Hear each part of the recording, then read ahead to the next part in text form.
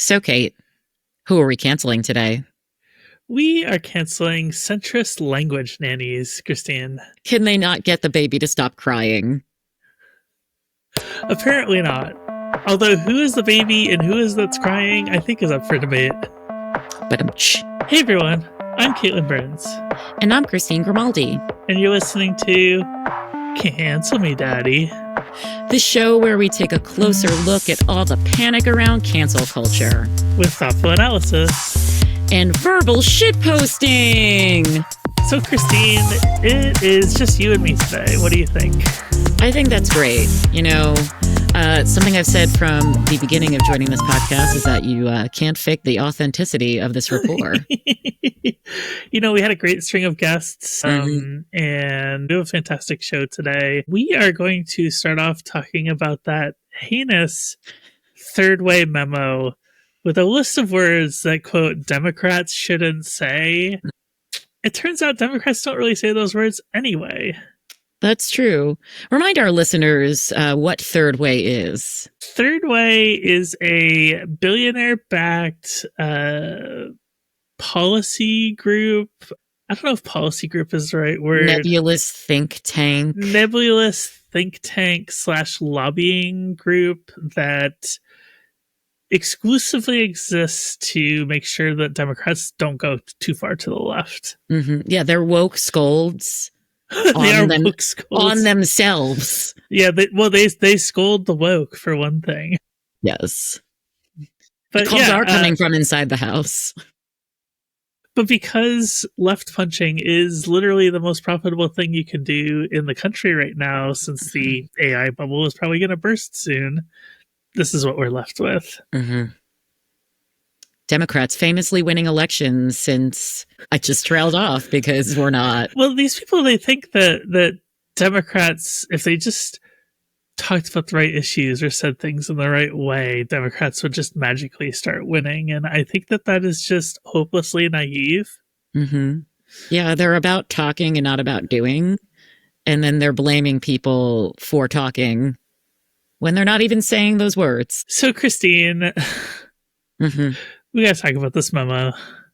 Should I tick through the words that we should ban across 6 different categories? Before you get into that, I have to read this preamble, please.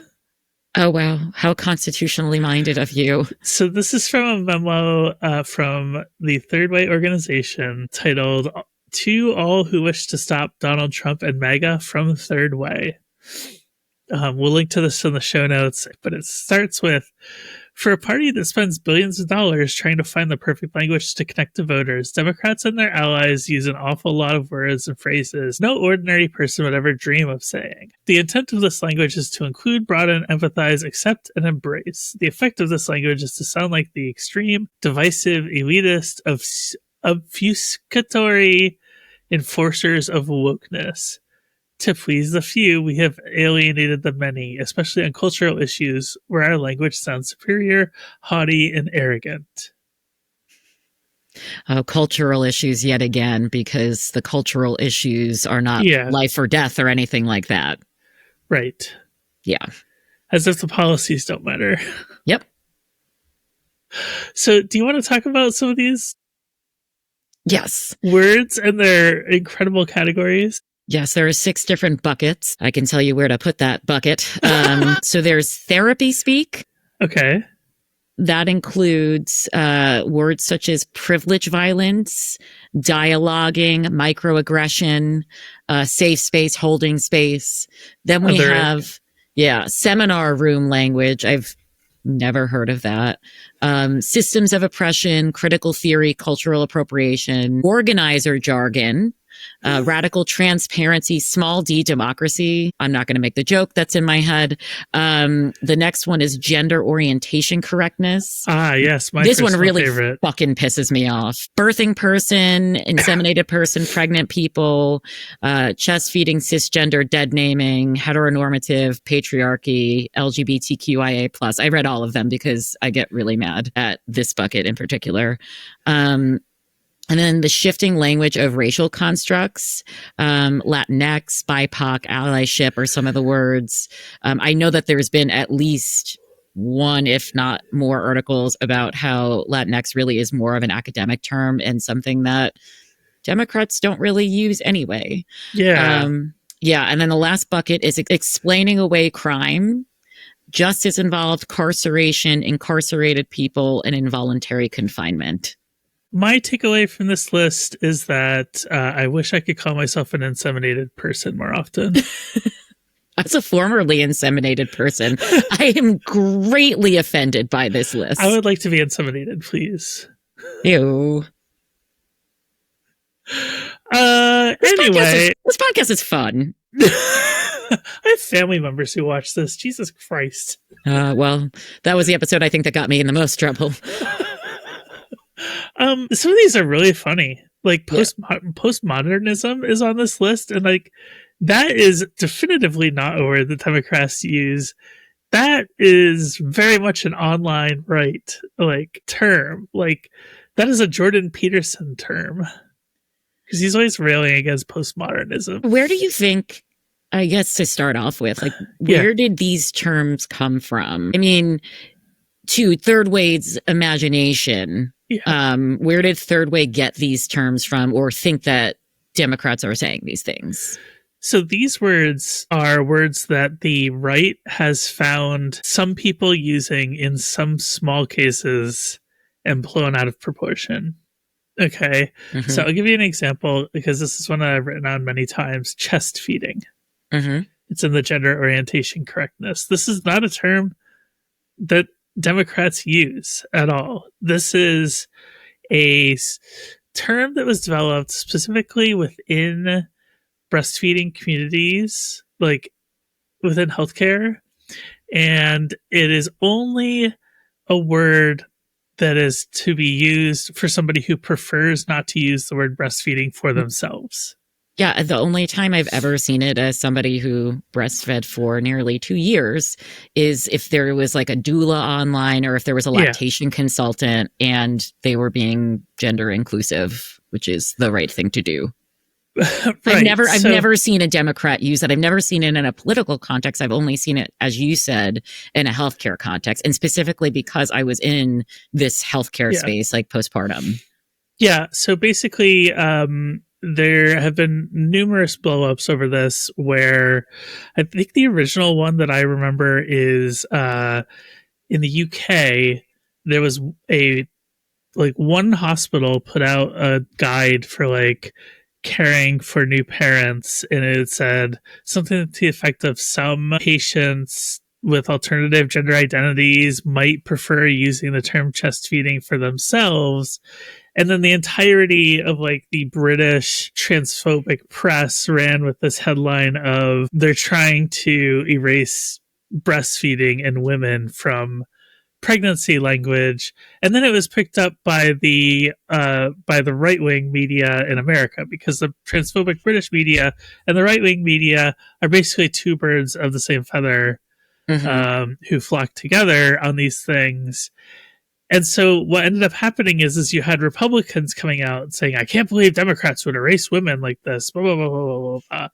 And meanwhile, like, Democrats aren't really saying anything about this. Like, there isn't any particular policy that includes like breastfeeding. Like, there's very few federal programmings directed specifically at breastfeeding, other than I think there's some grants that go towards like trying to provide resources for newly breastfeeding mothers. And so this is just simply a culture war that was blown up entirely on the right. And I don't remember any Democrat ever saying any of this stuff. Yeah. And if they are, they're not campaigning on it. I would imagine that they are talking about healthcare specifically. And to the point of, you know, Republicans or right wing, whatever, saying that this is erasure, to me, that's just expanding things. Yeah. That's just making this more, I was going to say inclusive, but is that a word that is banned on the third way list? Oh, I'm sure it is. Yeah.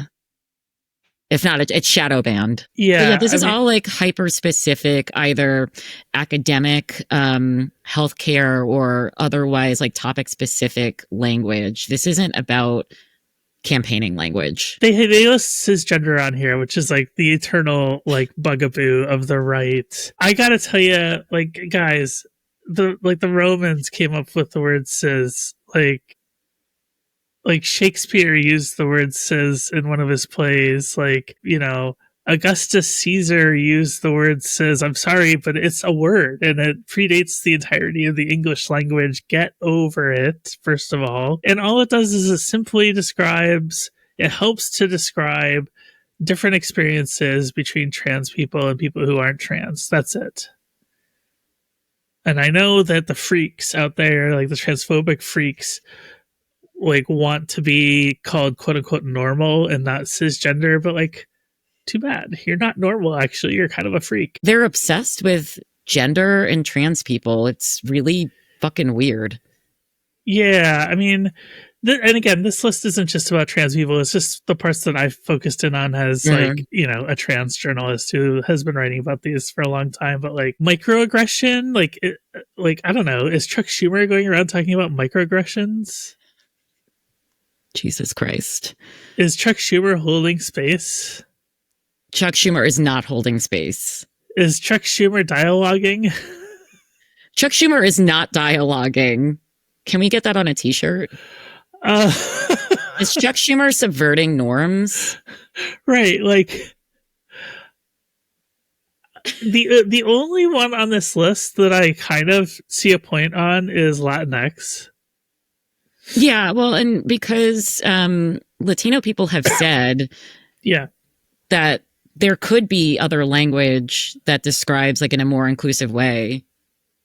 Yeah, so Latin is a term that has risen in popularity within the Hispanic community recently because it is actually more faithful to the language. Like the Spanish language, right? Like the argument that I heard as a white person looking at this from the outside was that Latinx felt very imposed from people whose first language is English, and it was mostly an academic term. And I actually have a story about this from my time at Vox, which, you know, you think of Vox now and it's like kind of the breeding ground for centrist dipshits like this anyway. Yep. But it wasn't always that way. It wasn't. It was very much a left-leaning place. And I remember writing an article one time where I used Latino and Latina in my language. And my editor changed every reference to Latino and Latina to Latinx and said, this is our style guide. This is the way it has to be. And I got dogpiled for weeks on Twitter over it by just angry right-wingers, angry, you know, Latinos. And it kind of opened my eyes to how divisive that term was. So I think this is the only one on this list that doesn't make me roll my eyes completely. Yeah, I remember our Flytrap colleague, Tina Vasquez, sent me an article that I'll link to in the show notes several years ago when I was trying to figure out like what would be the appropriate way to write about the Latine population. And I think it said something like about how the X was like an imposition and it didn't come from within. And so it was just like another form of erasure. Yeah, I think it was more of a term that was created by American Latinx, like trans people specifically, to refer to themselves. It went beyond that at a certain point. Yeah. And language evolves, which this list doesn't recognize whatsoever, because if it really did, then it would have acknowledged that Latinx really hasn't been used and is also passed out of favor. Yeah, and I also wanted to talk about this woman, Lindsay Cormack, poli-sci professor, and does Congress e-news at dcinbox.com, did a whole thread about this on Blue Sky. Lindsay has a data reference at DC Inbox, which is full of 208,000 official e-newsletters over the past 15 years. She went back and looked at the data on how often these words were used in those newsletters by both Democrats and Republicans, right? So birthing person was used 9 times in official newsletters. 8 were by Republicans making fun of the term. saying Democrats say it, and one is from Bernie Sanders when his staff was interviewing a midwife. Right. Again, a specific healthcare term. She made a chart of privilege, and privilege was used way more often. We'll post this chart in our show notes. It's also on screen now if you're watching. Privilege was used way more often by Republicans. She says, no one has ever written environmental violence in an official congressional e-newsletter. The only person to ever write dialoguing was Republican Senator Saxby Chambliss. And he said, I also look forward to dialoguing with the administration on the president's proposals on the use of drones and establishing the best policy to fight the war on terror. Sorry, the whole like dialoguing over droning thing is going to send me. That should also be on a t-shirt. Yeah. Othering has been used 3 times. Representative Abigail Spanberger of Virginia said we need to recognize this danger for what it is and denounce the tropes, conspiracies, and othering that lead to horrific, violent acts of anti-Semitism. And Barbara Lee mentioned UC Berkeley's Othering and Belonging Institute. And the other reference to othering was from the great liberal Senator Orrin Hatch. Just kidding, he's not a liberal. And he's dead. I was going to say the great liberal in the sky, but I couldn't remember if he was dead or not. No, yeah. And this thread goes on. Triggering, used way more often by Republicans with another handy chart. Microaggression has only ever been used by Matt Gaetz. Progressive stack is never used. Centering was used in 51 e-newsletters. 37 were from Democrats. Holding space is in 2, one from Republican Congressman Rick Allen, and the other is from AOC. Body shaming, subverting norms, never used. Systems of oppression is in 6 e-newsletters, all from Democrats. Christine here. If you're enjoying this episode, consider subscribing. We publish every other week, so be sure to ring the bell to be notified for our next episode. You know, I would argue, and you tell me what you think, that actually using some of this language might get Democrats some votes if it was actually backed by policies that addressed some of these harms. I mean, like I look at Zoran's campaign, Mondani in New York, and it's because he's, well, not just like speaking, but also doing, also proposing policies that would address some of these specific harms, that he's so far ahead in everything. Yeah, but he's not going around like using these terms. No, he talks like a person. That's what I'm saying. Like they should all just talk like people. Like this sounds like Mad Libs, basically. It does sound like Mad Libs. Like okay, so but we're talking about Mondani, right? Like in his big transportation policy, one of them anyway, is free buses, and he's not going around talking about we need to ensure transportation equity by, you know, blah, blah, blah, blah, blah. He's saying, hey, we should make the buses free. I agree with that. Right? And the way that he's just speaking to people as if they're people. Right. And then, so, like, this has been my approach to covering politics in the past, is I actually hate using these academic terms. I'm not an academic. Like, I got a 4-year degree from a business school. Okay, I didn't even go to school for journalism, so maybe that makes me different. But I don't know. Maybe I'm just a simple country folk, but I would rather take these complicated issues in my journalism and explain them in a way that, like, my neighbors that I grew up with who were like, you know, dairy farmers or truck drivers would understand, right? And I think that this is what, like, Bernie Sanders does particularly well. Like, I think that's why he does so well up there in Vermont. I mean, Vermont's kind of a weird state. Like, it's very liberal. It always goes blue in the presidential elections, but it also elects Republican governors. Like, Republicans can win statewide there, but Bernie Sanders just crushes it. I think it's because he takes these very complicated issues and just says, yo, you know, with his accent, his New York accent, he goes, the billionaires suck. Yeah, very easy to say that. Right. And I don't know, like in my journalism, I definitely switched to saying pregnant people maybe when I started covering abortion, maybe like 2016, 2017. But yeah, I don't think that erases anything. I think that just makes, it's not just making it more inclusive, it's more accurate. And Yeah. I've said many times, in reporting too, like I'll say pregnant people, and if there is a specific policy that goes after like women's healthcare, I'll say that too. Like some of these terms can complement each other, is what I'm saying. And they can belong in the same story. Like I'll put breastfeeding in a story, but I can also put lactation in a story too. And they can both be there and both exist in the same space. Did you say same space or safe space? I said same space. Because I was about to call third way and get your ass thrown in jail. Oh, God.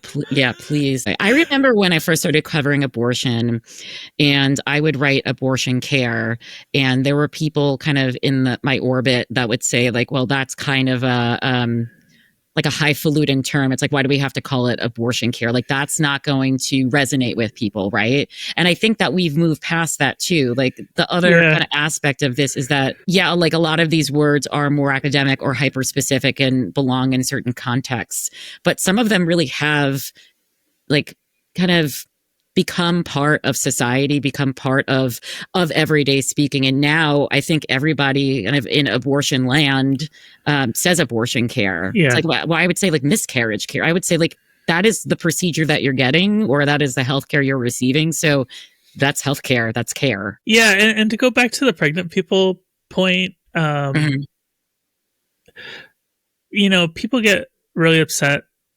Transphobic people get really upset at that term because they think it has to do with trans people. But like, what do you call like a 13-year-old that is pregnant? Is that a pregnant woman? No, you don't want to say that because that is very problematic.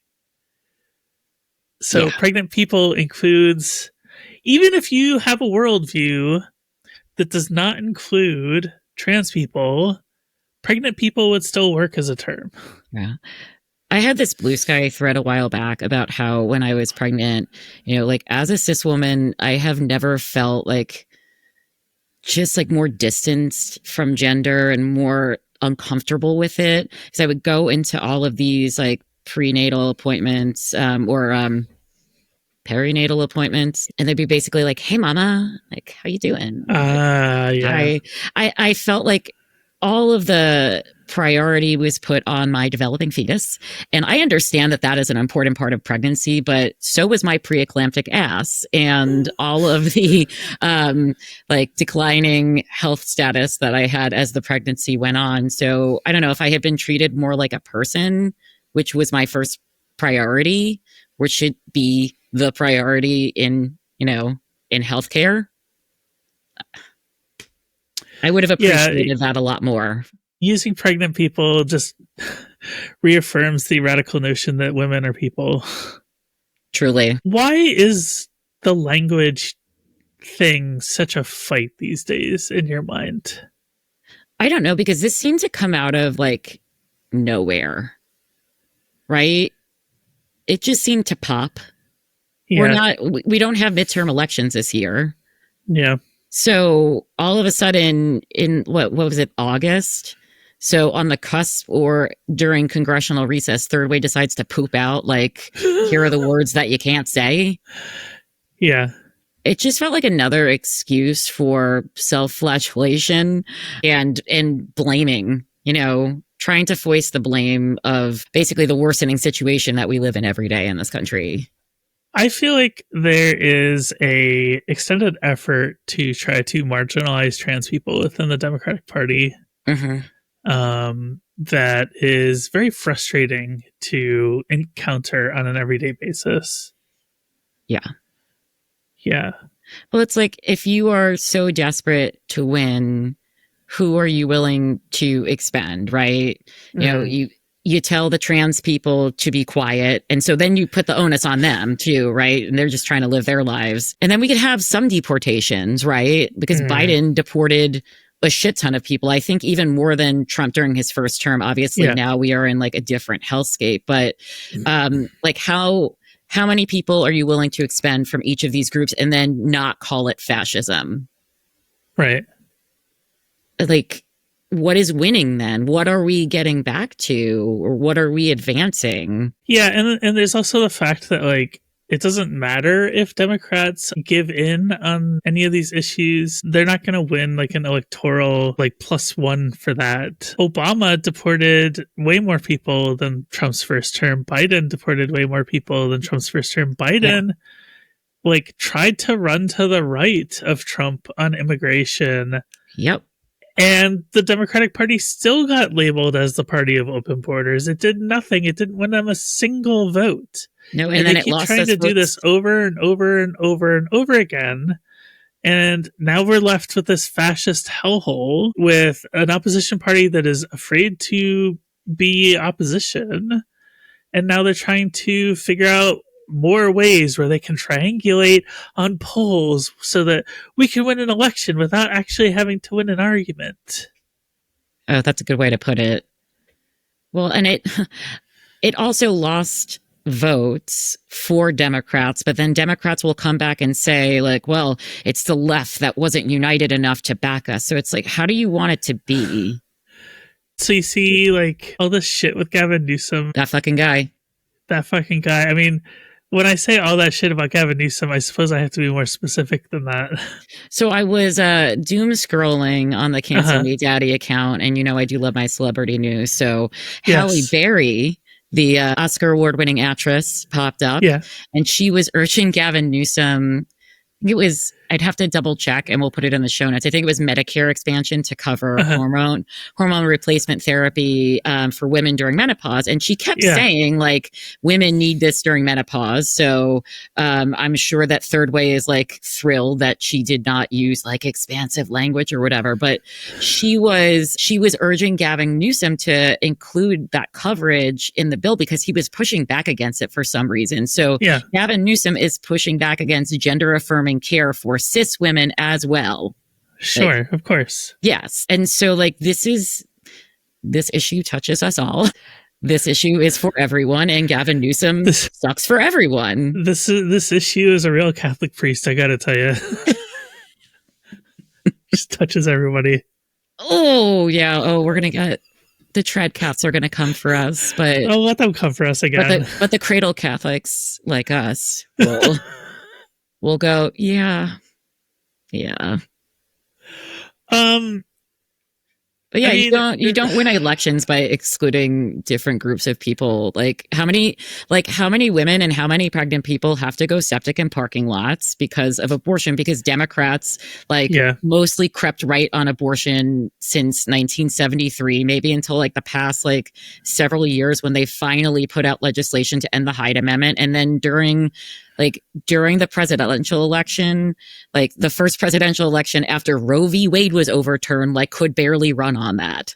Yeah. Like like as you said during our episodes leading up to that, like you literally have abortion, a highly popular healthcare and bodily autonomy issue that you can run on, and you are barely talking about that.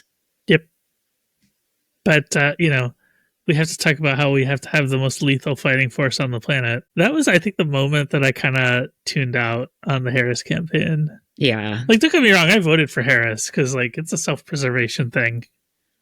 I just didn't want to get into this hellhole. So, yeah. I mean, like, but I was excited about her campaign right up until she got up on stage during the convention and was like, we need the most lethal fighting force on the planet. And I was like, oh, never mind. Yeah. The continuation of the Biden era Palestine policies was really upsetting. Yeah. And polling is really flipping on that issue in particular. Yeah. And I got to a place where I was like, I know that like I have to do this for me. Like that's my personal harm calculation, harm reduction kind of matrix for not just me, for a broad amount of people. And I know that that's not going to reduce harm for everyone. Believe me, like that is still going to perpetuate a shit ton of harm. So I got to this place where I was like, I'm going to do my little role in this and cast my vote for her, but I can't in good conscience, like, go out there and be like, hey, like vote for Kamala Harris and like the deadliest fighting force. Like that doesn't get people excited for elections. Right. You know what does? Free buses in New York City. Thank you, Zoran Mandani. I think a lot of the third way, this crisis that third way is having over a language really reminds me of Doppelganger, the Naomi, oh my God, I almost said Naomi Wolf book, the Naomi Klein book.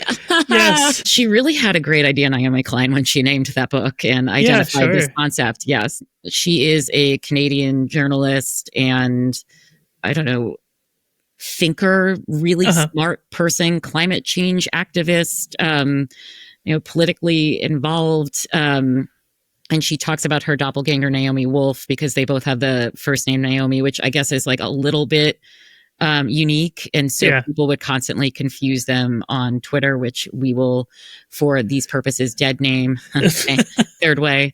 But she keeps talking about, as I'm about 3/4 of the way in, because it's a dense read. It's really readable, but it's like the concepts are heavy. So I'm really taking my time. And she talks a lot about the mirror world and how the right has actually stolen a lot of language from the left and then, gutted it of its meaning. So like the right will say things like the left is, well, they'll complain about Antifa, but then they'll call the left fascist, right? Because like we're fascist language police. And so then like the word fascist is, denuded of any meaning. Right. And she has this one example in the book where she talks to a friend in Australia who says, I used to be able to tell when the fascists and the anti-fascists were on the street, which side each was on as they were fighting. And now I can't tell anymore. And that is something that is very deliberate from the right. And honestly, like this list and looking at it, we are just falling into that trap. We are ceding all of this language, or at least third way wants to, and language that we don't even use. I keep saying we, I don't know if we are Democrats, I don't know if we are progressives. We are all losing right now in this hellhole. So, I don't think that we, as in any of us, should cede any ground to these motherfuckers. Yeah, I mean, I look at Third Way as the sort of enabling faction of whatever it is. Like, you can tell just by looking at this list that they get all of their information from right-wing framed things. Like, they don't follow anybody or any publications that are left at all. They are strictly reacting to the things that they are seeing emanating from the right, whether it's mainstream coverage of outrages of the right. But like the fact that they would put this out and not even bother to look to see if anybody is actually using these terms kind of tells me all I need to know about Third Way as an organization and how fucking useless they are. Yeah. And Naomi Klein talks about this in the book too, because she actually says like we should consume or at least monitor right-wing media, right? Like she listened to a shit ton of Steve Bannon's podcast and kind of mocks herself for doing so. Yeah. But she does that and she still makes an argument against, ceding ground to the right, against this mirror world, even though she is consuming this media. She is saying like, we need to understand what the right is doing and where people are getting their information from so that we can better refute it, combat it, but not just be on the defense, like be on the offense, like actually propose policies that help us as a collective. And I think that's where Democrats are failing. And that's where Third Way is failing by not recognizing that. Yeah. Third Way does not exist to make an argument. Third Way exists to kind of be an anchor point in the middle of the tug of war that keeps things from ratcheting back to the left. I was going to make another insemination joke, but I deferred. No, nothing like that small d democracy. We're just getting inseminated by small d. If you like this episode, please give us a like and subscribe. Did you know that only 5% of our watchers on YouTube are subscribers? You should do your part and change that. Ring that bell. Happy canceling.